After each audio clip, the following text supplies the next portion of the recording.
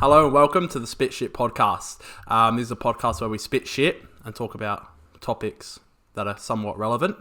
Today I'm joined with Jesse. Say hello. Hello. Yeah, it's been a bit of a sketchy start to the podcast so far. I've been in the wars a little bit. Just Yeah. hit my head on this thing.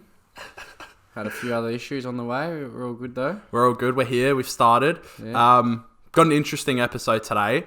The topics that we're going to be talking about is Tenet, the new movie, Christopher Nolan movie. Very interesting movie. We're going to be talking about Hockey Dad's new album that they released. Also Lime Cordiale's new album that they released as well. The AFL season so far and just our thoughts on how it's going. And then also the grand finale, which we'll be trying. This hot sauce here. You probably won't be able to see it, but it's the Bomb hot sauce with a Scoville rating of 1.5 million. You surely can't even taste when it gets to that point. What's the point of even having Scoville ratings at that point? What? How can you tell what's hot and what's not when you get to there? Honestly, Was that $20? yeah, man. Far out. 21. Do you have to sign a form for this? This So looks like some sort of chemical weapon. That's $20. Yeah, $20. It's some sort of chemical warfare. It's one of the hottest ones that you can get without actually having to sign to grab them. I don't think we should be having this. It says keep out of reach of children. Look, we may have the brains of children, but we are fully grown adults. You got to follow the directions as well. Only one drop. Is that what it says? I can tell you are just going to absolutely Warning: blow this that to the sauce is wind. extremely hot. Consume one drop at a time. Yeah, we're not doing that. We're flooding. So we got our chicken here. We're going to be flooding the whole chicken with it. Are we? I didn't sign up for this. Anyway, we'll get to that eventually. So, the first topic, Tenet.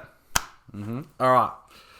Interesting movie. Is this spoilers or not? Yeah, spoiler warning, Okay. Spoiler warning, because I'm Put that out there. sure we'll get into some spoilers because you can't actually talk about this movie properly without spoilers. I don't think. Are we about to start speaking in reverse? You're going to play this backwards? Yeah, I'll just do that in reverse. Cheers. Anyway, so I'll read a little synopsis about what it's about, because I mean, the only way I'd be able to explain what it's about is by talking about the whole movie, really. So essentially, it says here, armed with only one word, Tenet, and fighting for the survival of the entire world, the protagonist journeys through a twilight world of international espionage on a mission that will unfold in something beyond real time. Yeah, beyond real time. That's it. That's all it says. That's where you've put end of description. That's where I think that's end of pretty description. good summary right there, Stuffy. Yeah, so pretty much, it's interesting. My opinion is the first half of the movie a bit hard to follow. When it's meant to get confusing is actually when it starts to make sense. But I also think it's done intentionally because Nolan doesn't like to give it to you on a silver platter. He likes to confuse the audience and lead you down the rabbit hole, so to speak, without necessarily giving you all the answers straight away. Yeah. And what did you think of the concept of it? I thought that it was an interesting sort of time travel movie and that it wasn't like Back to the Future or other movies where they go back to a point. You actually have to work backwards the same way of time that you've worked forward. So it's a very interesting concept. Honestly, I don't know how he's come up with the idea. I don't know how he comes up with it. He's upped his dose of psychedelics because he's look at his track record. Bro, Inception, Memento, Interstellar. Has to be on some form of drug when writing these scripts because, like, it's very incredible. Everything about it. I think that the main issue with it, I feel, is just there's no real characterization in the movie. That was the first thing I mentioned after watching the movie. Literally, we both mentioned the only character that has characterization is, I wrote her name down because that doesn't... Cat, that's it, yeah. Because none of the characters' names really get said. The main character doesn't even have a name. Yeah, the in protagonist. The protagonist is what is called. But in saying that, I don't actually think the movie needed characterization. Because of... I think it's more of a story-heavy movie. I just thought it's all about the concept, and I like that, but at the same time, I think it's too much about the concept. Like, it's almost just a mental exercise in figuring out the movie rather than the actual story. Like, think of your favourite movies, they've all got good characters. Like, think of the classics. True. think of the classic blockbusters like Spielberg and Star Wars and all those movies. Okay. It's all built on characterization, really. Well, not necessarily, but the characters at least have something to them. Like, yeah. I think this movie, I do appreciate that there's a big blockbuster out there that's actually taking a risk, and and Nolan's making movies like this, and he's still being able to have like the funding that he gets for these sort of movies. So I think that's great. But I think going into it, you got to know that it's not going to be about the characters, and like a lot of his movies necessarily, that's probably their weak points as well. Yeah, look at Inception, for example. Cobb is the only one really that has characterization. But at least then it's kind of about his sort of struggle with his family. It's almost like his therapy in a way, the whole dream world and how that works. But exactly, this is more like there wasn't sort of a reason why was the protagonist like this? Like, why did he it doesn't get explained. It doesn't get explained really. You think he wants you to kind of figure it out and build your own kind of story for it. Which, I mean, fair enough, but it's, with all the Nolan movies, he wants you to figure it all out. But it would be good if he gave a little bit to us, like where, just it's crazy. The whole thing. But I do get the idea at the end of the day is more of the focus on Tenet and time travel and the whole thing with it being a loop, and I reckon it has a fair bit to do with fate as well. Like, unlike other time travel movies, you know how it creates a new timeline when they travel back in time. Yeah. This movie, it seems like everything happened for a reason, and it already happened that way. Yeah. Countless times before. Because otherwise, if another spoiler, if the way the movie ended was that the world did end, or the future that was sending back instruments and the codes to Sator, if they actually succeeded, then it would never have existed in the first place. And that's true. There's those hints with Kat when she dives off the boat. She thinks it's another woman when she's in the past. When John David Washington, when he fights himself in that scene. That is one of the greatest scenes ever in cinema, I think. You reckon in cinema? Dude, that whole scene is insane. That I've actually got it dot pointed here. Just talking about the action scenes and just how unique they are as well. That's one thing I really love. Like, he's fighting himself, for Christ's sakes, and the other guy's just in reverse. It's crazy. I think genuinely that's one of the best scenes in cinema. I think that if it weren't for the time travel aspect, it would have been a bit more like, oh, this is just another action movie. But the time travel aspect and looping forward and backwards really added to that. Made it very unique. I mean, the good thing is that you don't see many visual effects other than the reverse effect. Like, it's not really like there's much special effects involved. It's a lot of like they actually drove that plane into that building. And how crazy is that? That was pretty good. The one thing as well though is a lot of these action scenes were in the trailer as well. They were. So I think it keeps coming up again and again, but movies really have to figure out a way of selling the movie without spoiling too much in the trailer. Yeah, that action scene at the end though as well. What did you think of that? I thought that was amazing. Oh, incredible! That shot where the building is destroyed and built at the same time. So good, good. The score as well. I mean, for the very first time in ages, Hans Zimmer didn't do a Nolan score, but I can't remember what the guy's name actually is. Ludwig Göransson. Yeah, he did it incredible. I think. Yeah, did you know? I don't know if you noticed it, but some of the score is actually in reverse as well, which I thought that's a really cool touch to put in it as well, considering the concept of it. I thought that's incredible. I noticed it had a bit of a creepy sound to it, like when he's on the boat near the end and he's doing the training again. Yeah, just kind of had this sort of creepy undertone to it that. It was. What are we watching, forward or backwards here? Yeah, it made it very suspenseful and kept you guessing the whole time. I thought though that the score was good, but at the same time I thought the dialogue was a bit low almost, like in some of the mix that it was hard to hear some of the characters speaking. Okay. Yeah, that's very true. Like, obviously in a Nolan movie, all you think about now is, I think it was Inception that did it first, that big...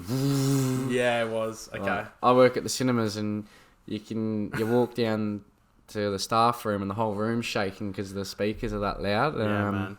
They've actually had like a few complaints with people saying, "Oh, the movie's too loud," but then they can't hear the dialogue. And I don't actually think it's a cinema thing. I think it's the way the movie has been mixed. Yeah, I think it is as well. But it might be purposeful in a way. Like the focus isn't on the characters. Maybe the focus isn't on the dialogue. It's on the symbols and the actions in the movie. Could be, definitely. I mean, Nolan's brain works in mysterious ways. You never know what he's actually thinking.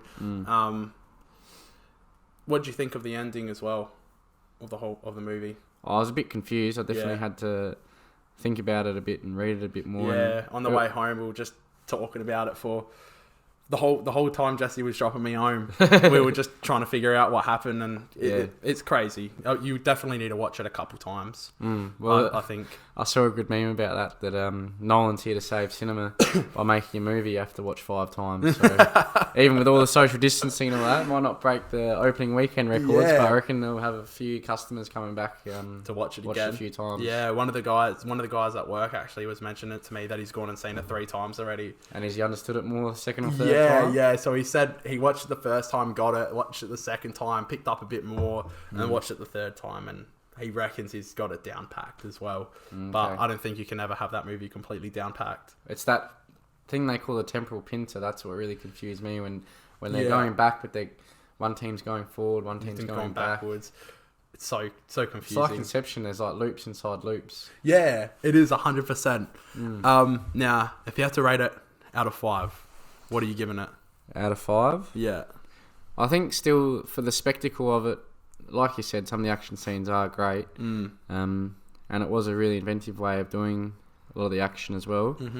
And purely for the concept and the fact that Nolan's doing something unique in a world full of sequels and blockbusters, I'd still give it a 4 out of 5. But 3.5 to 4, like I still think it's a bit.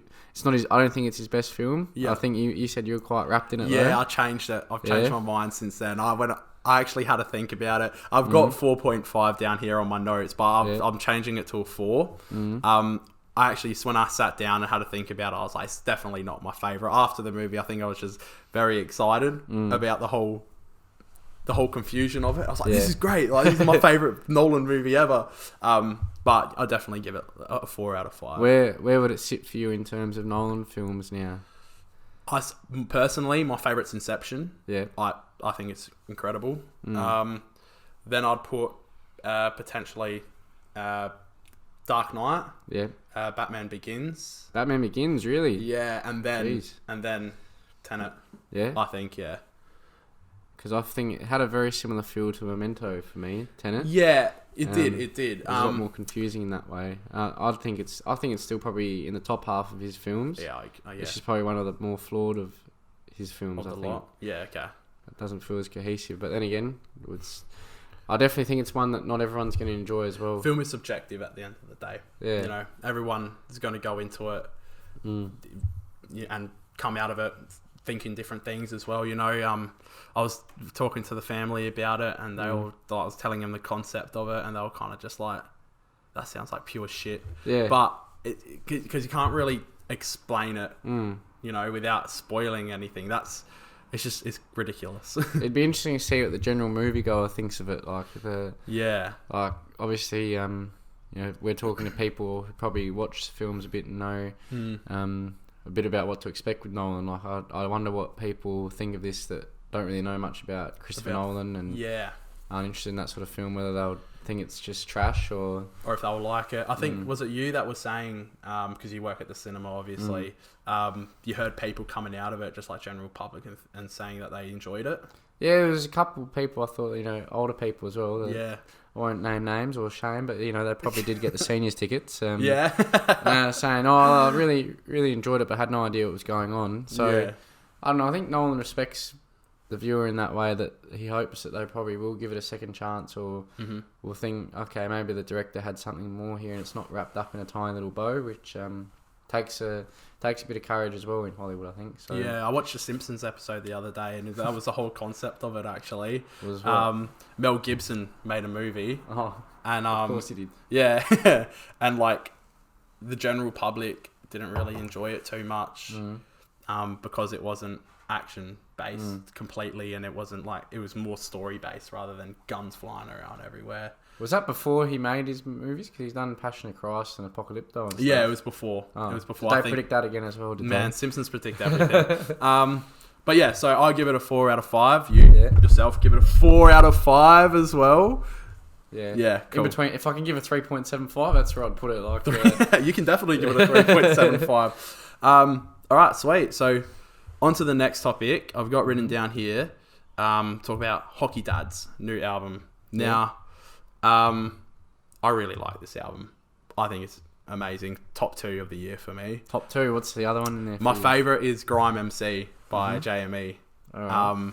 That's another story. Yeah. But that album's really good. But yeah, Hockey Dad's definitely second favourite so far this year. Yeah. Just from the first song, you can kind of it just sets the pace for the whole album, really. It sounds like a complete album as well. Unlike many albums that have come out this year, which is just a bunch of singles. Yeah. It sounds complete, you know? Yeah.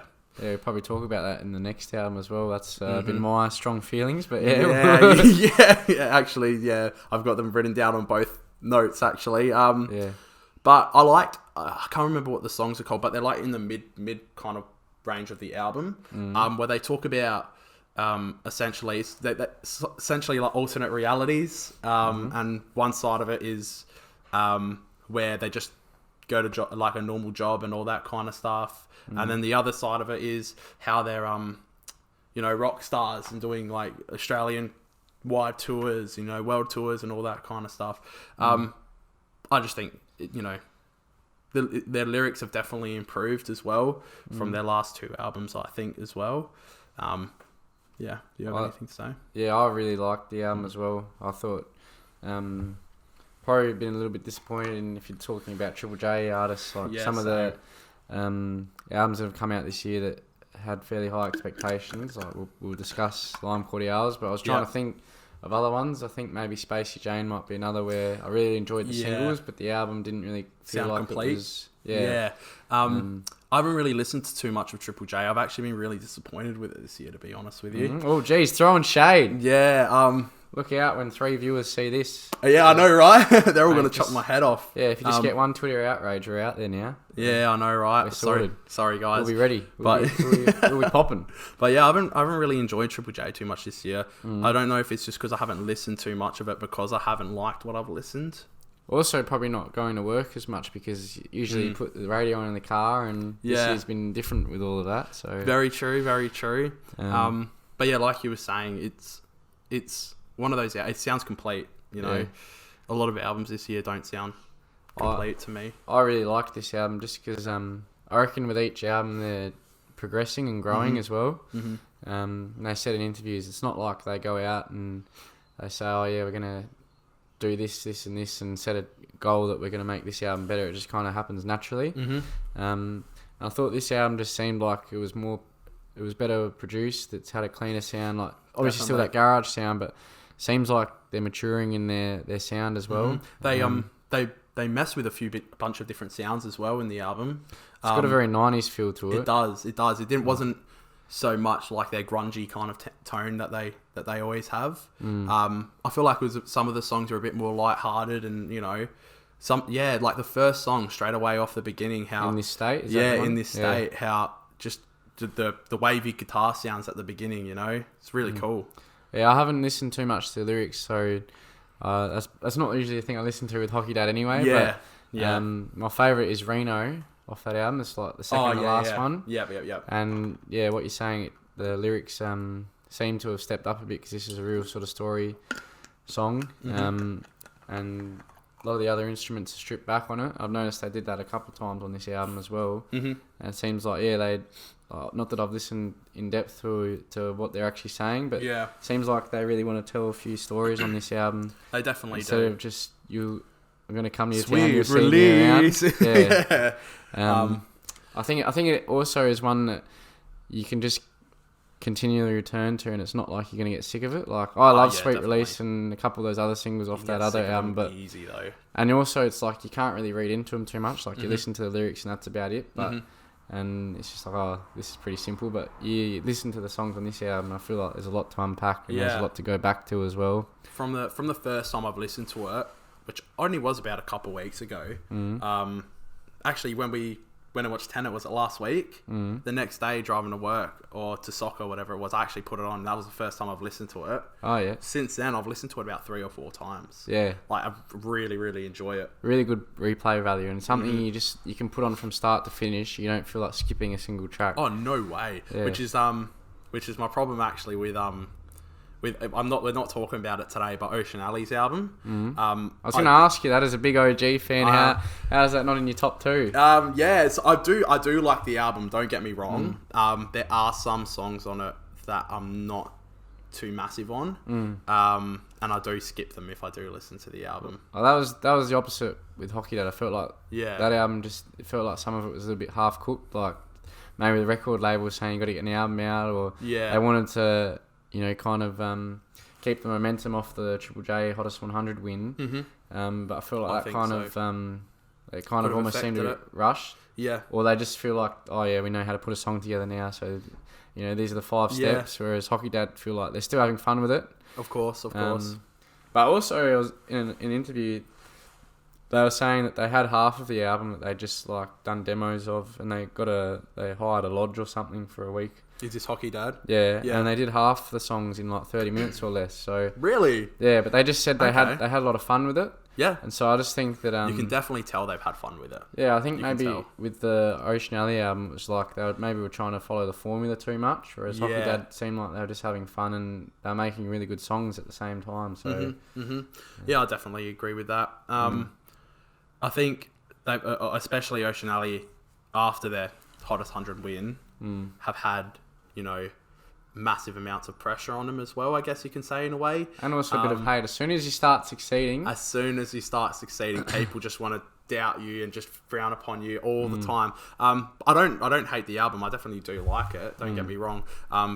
But they've had pressure on them to, reach that standard of confidence, which, by the way, I don't think is their best song either. On that album, I think there was heaps of better songs. But yeah. I think the sound, listening to Hockey Dad's album, it sounds like every song is meant to be in that sort of same theme, whereas Ocean Alley felt like it was a little bit pieced together with sounds that don't really seem to fit sort of a concept or theme. Exactly. I definitely agree with that. Yeah, Hockey Dad's album definitely has a theme, I think, and it follows it. It just sounds like a complete album. Now, I have given it a rating here as well. I've given it a 5 out of 5. Jeez. I really enjoy it. That's how much I like it. 5 out of 5. Perfect score. Perfect score. I think it's up there with one of my favourite albums. This year or of all time? Of all time. Maybe write it down now. Yeah, I know, man. In my top, I'd say in my top 10 favourite albums. In your top 10? Yeah, I really, really enjoy it. And then Grime MC's up there as well. I'll ask you in a couple of weeks' time. Yeah, it'll probably change. Just the excitement, just exactly the same as Tenet. What would you give it? I'd say 4 out of 5. I'm not as trigger happy with the 5 out of 5. I'm definitely very trigger happy with them. I think in terms of where they're at in that sort of scene as well, I think if you look at Hockey Dad, they kind of fit in with Skeggs and Violent Soho and even the Chats, all sort of that garage rocks kind of music band. Yeah, but I think they're kind of a step above, and I think they're kind of ready to take the next step. I'd also put Skeggs on that level with the singles they've been putting out. I think Hockey Dad and Skeggs are probably going to be the risers, and if they were stocks, they'd be buy now and hold for a while. I reckon they're both going to be pretty big in that sort of scene in the future. I think they're probably going to lead the way. I definitely agree with that as well. I think looking at Hockey Dad, I think their album was a lot more cohesive than June Rats. If you look at their album this year, again, that's probably more American sound. I think definitely Hockey Dad's definitely going to be one of the ones leading the way. I think so as well. I definitely agree with that. Now on to the next album, Cordiale's album. Speaking of a band that are up and coming, this band couldn't be any higher, I don't think, on the indie rock sort of scene right now. I don't think. I totally agree with you, man. They're so high up. Their singles that they've released are incredible. Unfortunately, the singles they release are the best on the album. And I don't know. I feel like they were being a bit lazy with this album, where they just chucked all the singles that they released onto the album and then just filled in the gaps, Although I do like, I'd say about 80% of the songs on the album. I don't know, it just doesn't sound like a full, complete album, That's, Even the title, 14 Steps to a Better You, that sounds like they fit in with the theme that, all these songs are going to fit that theme of talking about, sort of personal journeys, but they kind of don't seem to. It seems more like it's songs that they've written for fun more than songs that have a deeply personal meaning. Like maybe I've just interpreted it wrong, but no, I agree with that as well. Definitely, yeah. Yeah, I totally agree with that. I look for an example at Robbery or Dirt Cheap. They're kind of like the same sort of theme of love and this sort of thing. But I don't really think it's personal to them. Really, yeah. I don't think so either. I have written down here that I do think, again, that their lyrics have improved from previous songs. I think that's quite obvious. I think that's a running gag with Lime Cordiale, how their lyrics aren't necessarily the greatest. But I feel like they have stepped it up a little bit. And like each song, you can tell does tell a story, but I don't think it is, personal to them. Like you mentioned, it does. None of the songs. I like an album where kind of the songs like interlink a little bit. Yeah, follow on from the other as well. Yeah. Which is why I really like Harry Styles' album. Chuck in that. I had to chuck it in. I love Harry Styles. I was meant to go to his concert next month actually. Oh, sorry, November. That's not next month. That's a couple months away. In Melbourne. Stuck in little what's it called? Little temporary pincher, whatever it is. But you don't know if you're going forwards or backwards, do you? Oh man, honestly, I don't know. But anyway, back to Lime Cordiale. I just had to mention Harry Styles in there because he's my boy. But really, all I can say about this is that their lyrics have improved and their sound that they have, their instrumentals are really good as well. I just don't like the fact that it doesn't sound like a complete album. I think they're really good at making a hit. Like, look at Robbery. That was a Banger. Massive indie pop hit. Banger.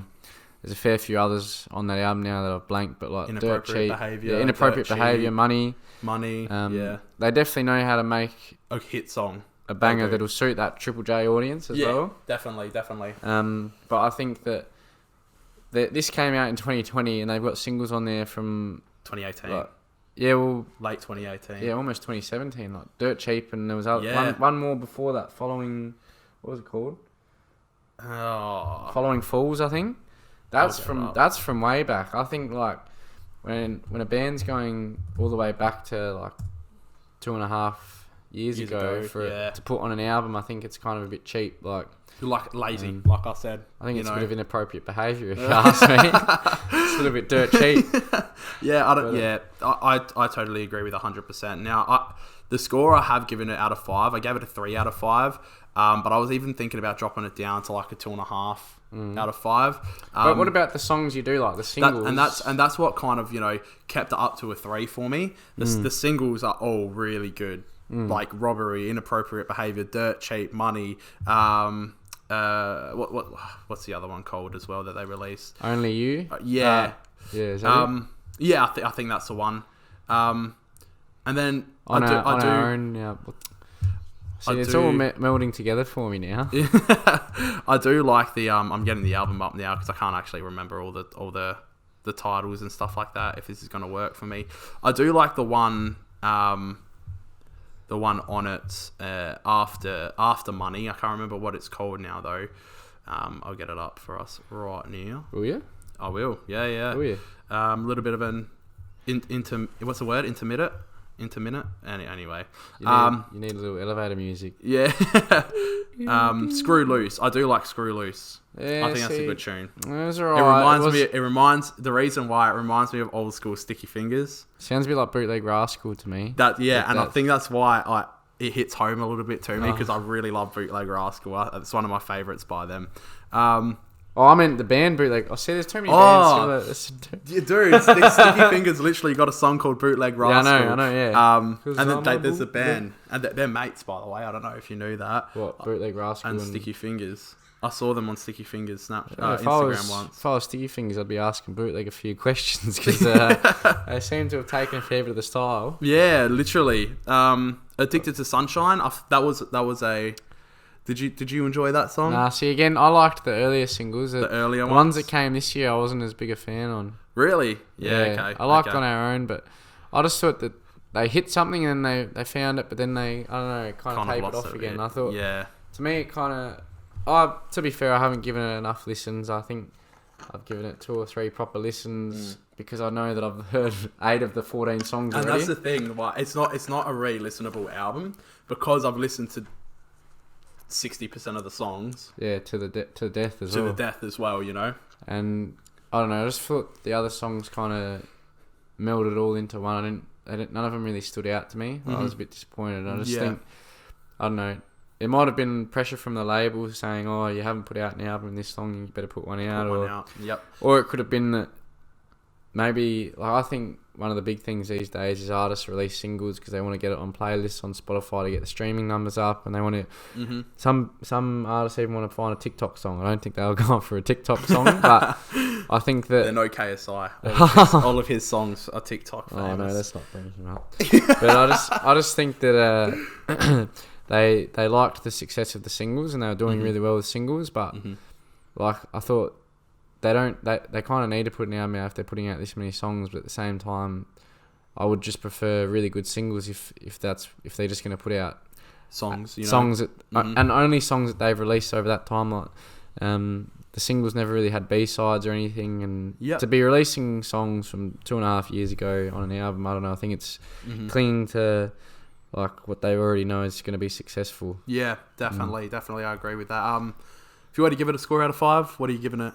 I don't want to be too harsh on the boys because they're still good music, but I don't know, probably 2.5 or 3. It's another one where I might put a 2.75. Sit on the fence. You're loving your 2.75. I'm going to get a split. It sounds like Stuffy's movie reviews on Snapchat, how I used to give like 8.7s out of 10. I'm going to get a splinter in my ass if I sit on the fence too long. You're a fence sitter. Ballpark Music's new album coming out. Yeah, that's going to be exciting. They've only released 3 singles, so hopefully... Ballpark Music. I love them. I'm really excited for that album as well. But we'll save that topic for whenever they do release their album. And we'll head on to the next topic, which I've got down as the AFL season so far. Yeah. Are you going to acknowledge the bias and the big elephant in the room that we're both... Port Adelaide supporters? Yeah. So we're according to Mr. Acer, shout out Anthony Salerno. You've only been followers since Mr. JH. To be named. JH has said he's going to be the podcast's biggest fan. Is he? Yeah. Oh, shout out JH. We don't want to name drop like that because we're not like that. We're not like that, but you know, JH, you know who you are, brother. We will name drop Acer though, as saying we're not OG fans. Man, because, my first baby picture is with a Port Adelaide footy Acer, so don't come at me. Anyway. Yeah, exactly. You probably had a photo when we won the premiership. Does he have a photo? Exactly. Or does he have an ultrasound? Exactly. Cop that, mate. Anyway, back to won't even watch it this far, but JH, we know you will. JH, we love you, man. ASAP, get a life, man. Anyway, so one thing that really was a standout thing at the beginning of the season is COVID going to affect the interest of the season? Do you think that that's a thing?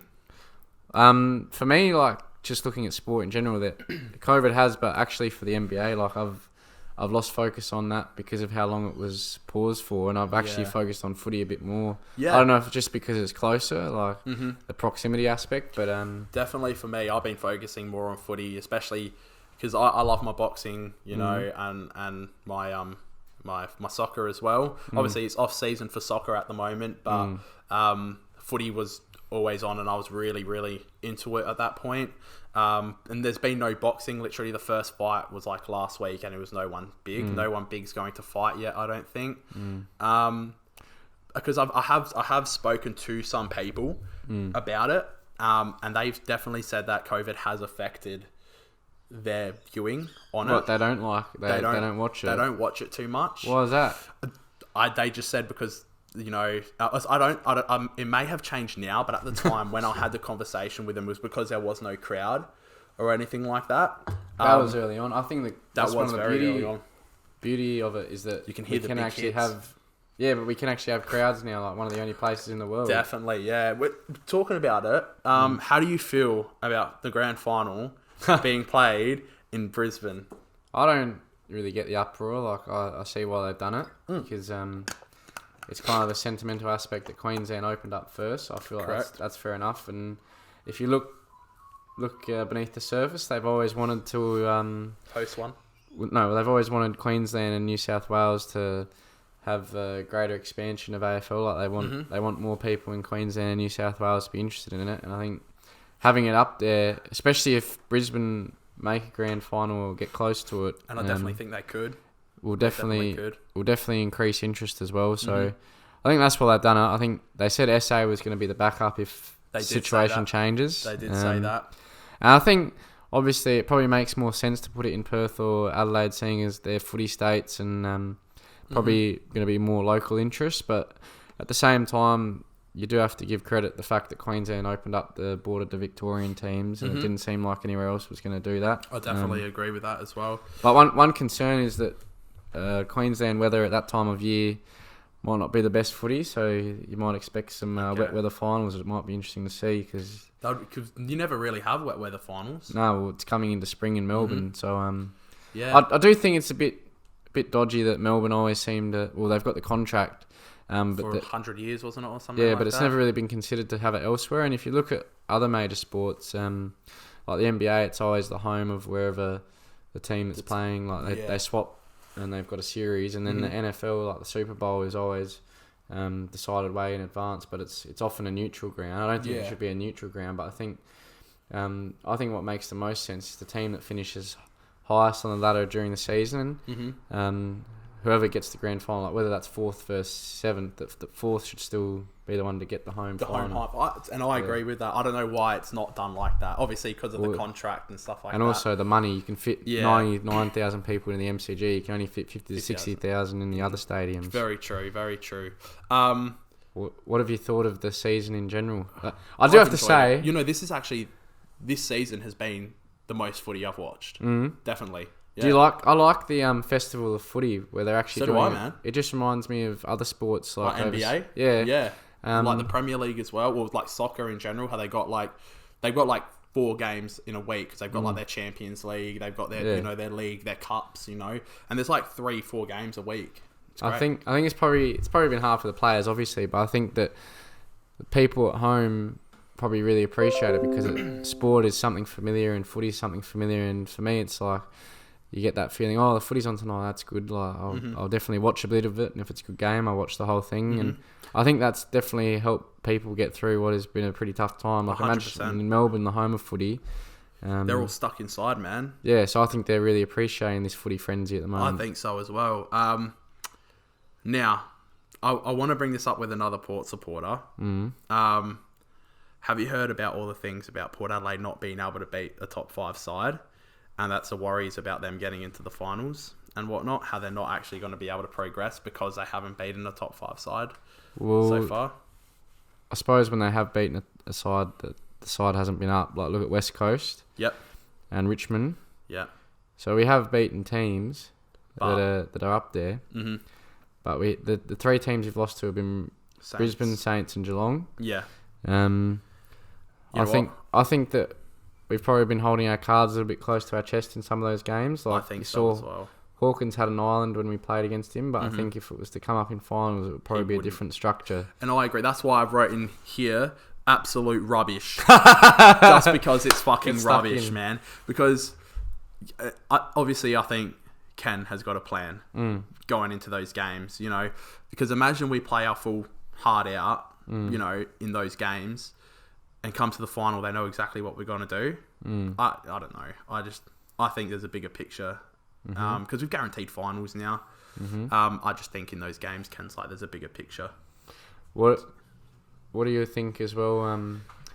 In a best 22 with the forward line, who do you think out of the big forwards are going to be in the finals? Out of obviously Dixon will be probably Marshall. Like, do you put Georgiades or Laddams in, and then does that mean? I don't think I put Laddams in. You don't? Nah, I think I put Georgiades in. Really? Yeah. I'd probably go the opposite there. You reckon? Yeah, I just think Adams can do a lot around the ground.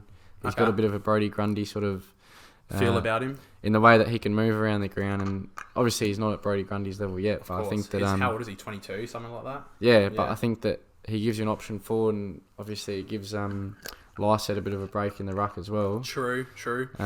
Having another big up front, I guess, gives also Dixon a bit of a break as well, so they're not always bombing it forward to him. And have you seen some of the goals that Laddams have kicked? Did you see that one left foot on the pocket against Richmond? That was a ridiculous goal. I don't think he would do that again, even if he tried. No, but he's been taking marks. And I think Georgiades, I've really enjoyed watching him as well, but I think that he's still very young. Yeah. I just think that Adams has the bigger body and... You know what? Actually, I can kind of agree with you there, to be honest.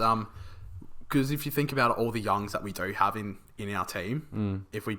even though Laddams is still young, he's got that bit more experience to him rather than Georgiades. I think he's only got about 10 or 15 senior games, so he's... Laddams. Yeah, he's been at the club for a little while developing, but he hasn't actually had that many games in him yet. One player that surprised me, actually, the last few seasons, or last couple of seasons, Carl Amon. Yeah? I wasn't the biggest fan of him. I wanted him gone, to be honest. Yeah. But he's definitely proven me wrong. He's very important. He reminds me a bit of a Pollack. Just accurate kick, into the 50s, always finding a player. Yeah. Quick as well. He's not the biggest body, but I think that... He uses the body he's got, though. Well, I think that was probably his problem when he was a bit younger. He was, obviously quite small compared to a lot of the other players, and it's probably a bit hard for him to find the right fit. But I think on that wing now, he's a left footer as well, so it suits when he's kicking in forward 50. He's got a very, very elite kick. And definitely. I think he has benefited from playing on the outside and having that outside run as well. I agree. One other quick mention I want to shout out. What do you think of Zach Butters this season? Butters. Bro, he gets through players like a hot knife. Oh, no. Bro. Don't say it. Don't finish it. I won't. Butters has been insane. Yeah. Out of all... I remember watching one of the games, and the commentator was like, the Rosies had his second season nerves, as well as Dersma as well. But Butters, I don't think has had that at all. I think he's gotten even better this season, Butters. Definitely, man. Did you watch the game on the weekend with his knee? Yeah. Dude, I shat myself. Because before the game, they were saying like, Rosie's been injured this year. Dersma hasn't really hit form. But Butters has been perfect. No injuries. And he hasn't dropped form. And then he goes and does that. And I'm just like... You jinxed the poor bloke. But he was fine. He powered through, man. Yeah. I would have been out. Was that a pun there as well? Powered through? Oh, it wasn't. You're doing it without even thinking about it. My brain's just on another level. But he just goes at it so hard, and he's gotten such a good read now. And he looks like a guy just having fun out there. Like, he doesn't have a big footballer body. He doesn't have the big footballer hype. He's just having a great time. He's just playing.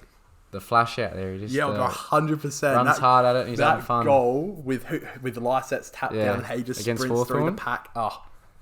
Mesmerising. I think it was his game against the Bulldogs, that third quarter when he just took over and he just ran the game. He stole it out the middle and that kick inside 50. I remember there's a couple of games where he's really stood up in big moments for us as well. Oh yeah, and that's what I'm excited to see what he does in finals as well.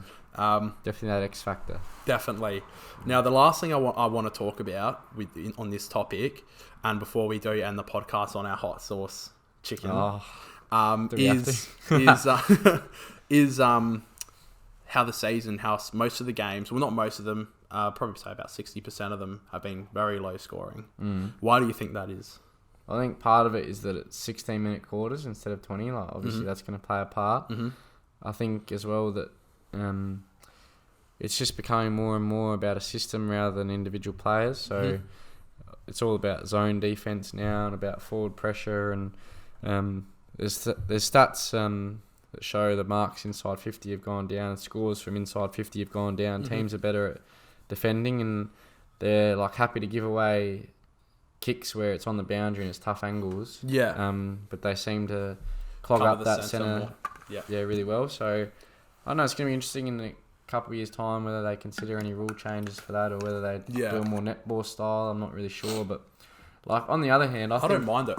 I think it's good seeing, like, there's nothing better at the moment than seeing players in the clinches, like, in tight with real fine skills getting the ball out. I totally agree with that, It's a lot about quick reflexes now, and they're better athletes than they were back then as well. That's the other thing. 100%, yeah. They don't get on the piss every weekend. Like, you don't have big forwards that are out of shape. You have to pretty much be in shape. The only player I can possibly think of is McGovern. He seems like a bit of a pub boy, but you know what? He reads it so well. He's not even out of shape. It's just his body. Like, I don't think my body will ever have fucking chiseled abs and pectorials to fucking bulge out here. I think it's just his body type. But McGovern's a gun. But I think just the way he reads it is... his brain's insane. I mean, if you look at him run sometimes, he gets pretty spent chasing after players, but he's just... His read is really good and his intercept mark's really good. But that's a bit off topic. But it is why do you think the scores are so low, Stuthy? Well, I literally exactly what you said. I totally agree. I think it's more so teams are like with the ball ups and stuff like that are trying to keep it locked in there so they can get that quick break out. Which was why I think it's been so successful for Port Adelaide this year, because we got all of the quick legs and stuff like that. I genuinely think that's the main reason, just because essentially the ball's being held in there for a lot of the game, you know, in those scrappy moments. And do you notice a lot of people, like your general fans, will complain about handballing now and how there's too much handballing, but the only way to break the zone often is through handballs. Yeah, I totally agree. Because imagine if you just bomb it long, it's just going to go straight back the way it came. You know what I mean? They don't see on the TV the angle. Like, I reckon if you saw it behind the goals a lot more, you'd see it a lot better about how the zones are set up. That you can't just kick forward, because it's a lot harder to actually win that contest when the way they've set up the zone, and they've got good ground coverage now as well. So, I agree. Now, one more thing before we move on. Actually, I just read the notes. I know. Sorry. Who do you think's going to win the whole final series? I'm going for Port Adelaide. Oh, I'd love to see it. I think the team that looks the most dangerous at the moment is probably Geelong, though. Yeah. I just think when they're on their game, they've got a lot of experience as well. Yeah. And they obviously.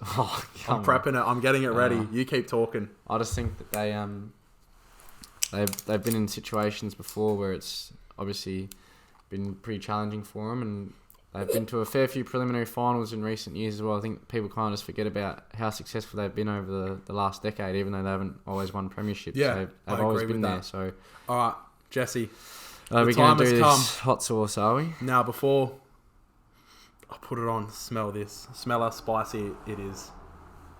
I don't know if you're ready. Just have a sniff. Oh my goodness. I haven't smelt plutonium before, but I reckon that's what pretty it smells close. like. All right. Yeah, surely you're not gonna. No, bro. I'm just doing a dab. All right. Oh, dude, this is so stressful. This is so stressful. Whose is that? Do you think that's all we need, or should we do a bit more? We'll just let me cut it in half. You can put more on if you want. Dude, nah. This is one drop. Show the camera one drop. Oh my god, this is so stressful. Alright, wait, I'll put a little bit more on. Alright.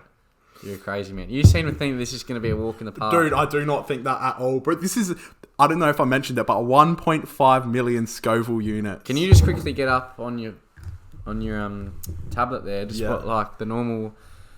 normal hot sauces like Tabasco and Sriracha, what their Scoville ratings are? I'll search the Tabasco one. Just look up popular chili Scoville ratings. Tabasco Scoville. Just to give a bit of context here. To give a bit of context, Tabasco Scoville is 30,000. Range between 30 and 50,000 Scoville. And this is 1.5 million. And this is 1.5 Type in million. Sriracha. Sriracha. How the fuck do I spell Sriracha? Is it just SR? Sriracha. No. There you had it at the top. Oh, yeah. What's this one? Sriracha Scoville units. Oh, fuck. That looks like even less. Yep. So Sriracha is 1,000 to 2,500. Yeah, 1,000 to 2,500. Go back. There was a good one. Where? I'm back. Here. Oh, here we go. The whole images. tower. All right. Oh! What a catch! Oh, mate, you're a freak. So. Oh, they're just the peppers. They're just the peppers. Jalapeno. Right. How hot's that? 2,500. All right, Jesse. Set up your microphone again. Yeah, it's set up. All right, sweet. Cheers, man. Cheers. Wish us luck. I don't want to do it.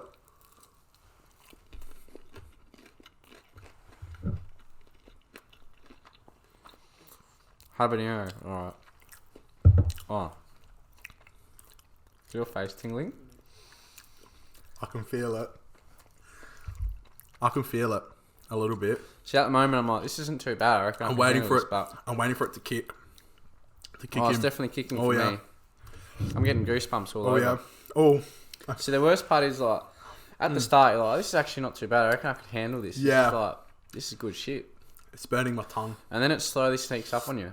It's like you've been poisoned. I'm sweating a little bit now.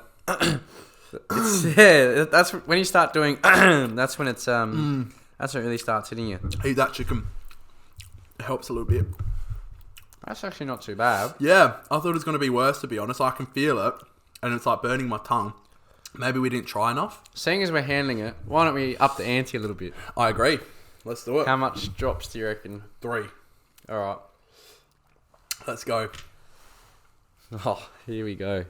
I think the other one that we tried earlier, you had more of a reaction to that. How much did you put on? That's yours? That's mine. Fuck,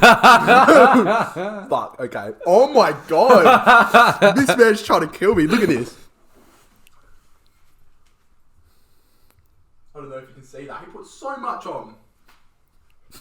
You reckon you could handle it more than me, so... Yeah, I love chili. Alright, man. Do you want the rest of that You know too? what? Nah, you know what? Let's do it. We're going full guns blazing. Cheers. Cheers, That's brother. a lot. That's like 7 drops right there. Here we go. Oh boy.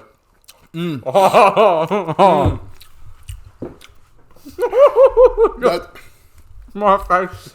that definitely kicks in more. Oh, describe the sensation. Oh no, it's not on my finger, is it? No. Oh, describe the sensations right now.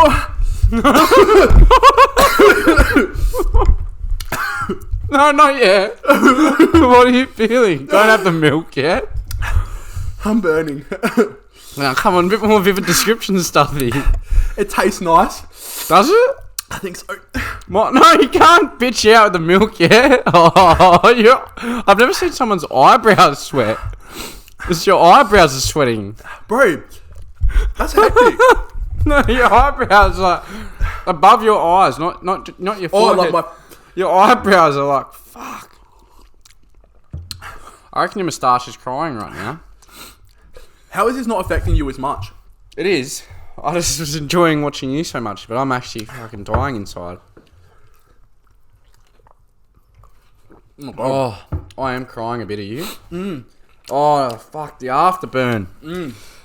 Oh, I think we got a bit cocky with that one drop. We might still be feeling that first. Can you imagine? I got soccer training in half an hour. Oh, it's getting worse. Oh. Give me my phone. I'm going to call mum. What? Bring us some more milk. Also, chicken tenders, sponsored by Kentucky Fried Chicken. Cheers, KFC. Oh. Where's your phone? Don't worry about it. Is that the end of the episode? Yep. Thanks. What's the rating out of Scoville? 5 out of 5. Sign off. You're gonna do more than spit shit. I think you're gonna shoot out shit soon.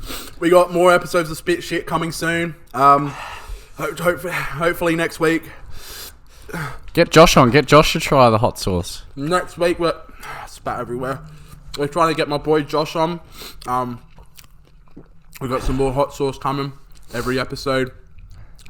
Thank you for watching. Peace. See ya. See ya. Bro, that's